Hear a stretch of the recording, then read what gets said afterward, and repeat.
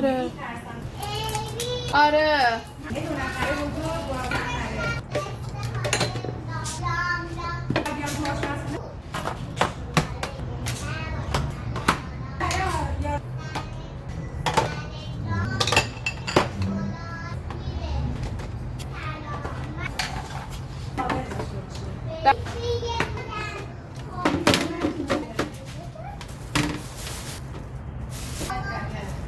نه فقط یکی از